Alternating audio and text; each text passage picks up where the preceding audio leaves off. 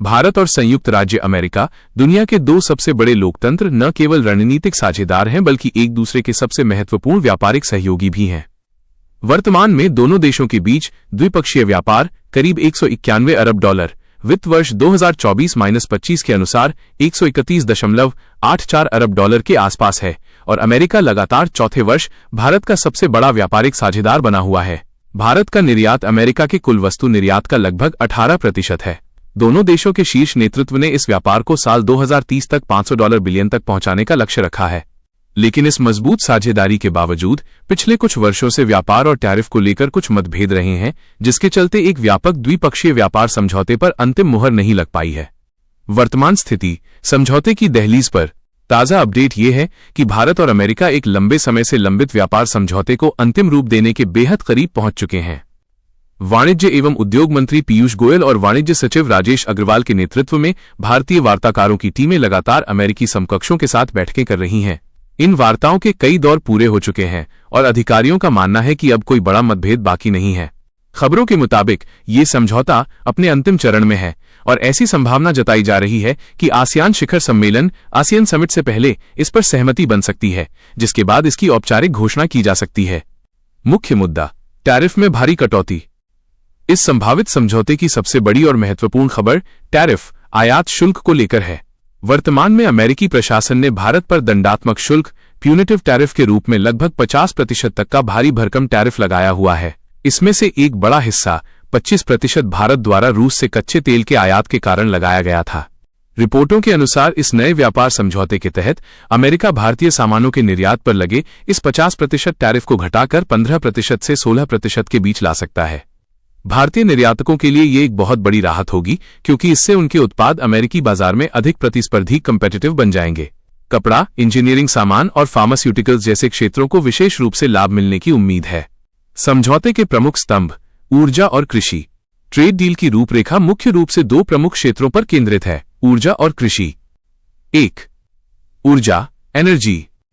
समझौते का एक प्रमुख बिंदु भारत द्वारा रूसी कच्चे तेल के आयात को धीरे धीरे कम करना है। यूक्रेन युद्ध के बाद भारत रूसी तेल के सबसे बड़े खरीदारों में से एक बन गया था, जिस पर अमेरिका ने आपत्ति जताई थी। भारत का रुख। भारत ने हमेशा कहा है कि उसकी ऊर्जा नीति उसके उपभोक्ताओं के हित से निर्देशित होती है और वह ऊर्जा आयात के पोर्टफोलियो में विविधता लाना चाहता है, बशर्ते यह सही कीमत पर उपलब्ध हो। समझौते में संभावित सहमति। रिपोर्टों के अनुसार भारत इस बात पर सहमत हो सकता है कि वो धीरे धीरे रूसी तेल की खरीद कम करेगा और इसकी भरपाई के लिए अमेरिका से तेल और गैस की खरीद को बढ़ाएगा। भारत ने संकेत दिया है कि वो अमेरिका से ऊर्जा खरीद को 15 अरब डॉलर तक बढ़ा सकता है। ये कदम एक तरफ भारत की ऊर्जा विविधता को सुनिश्चित करेगा तो दूसरी तरफ अमेरिका की भू राजनीतिक अपेक्षाओं को भी पूरा करेगा। 2. कृषि एग्रीकल्चर।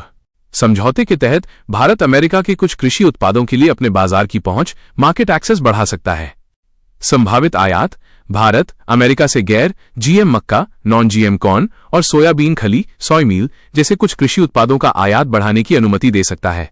अमेरिकी चिंता का समाधान। अमेरिका लंबे समय से भारत के कृषि बाजार तक पहुंचने को लेकर चिंतित रहा है। ये कदम अमेरिका की इस चिंता को दूर करने में मदद कर सकता है। हालांकि भारत में इन उत्पादों पर लगने वाला आयात शुल्क वर्तमान में 15% अपरिवर्तित रहने की संभावना है। अन्य महत्वपूर्ण घटनाक्रम।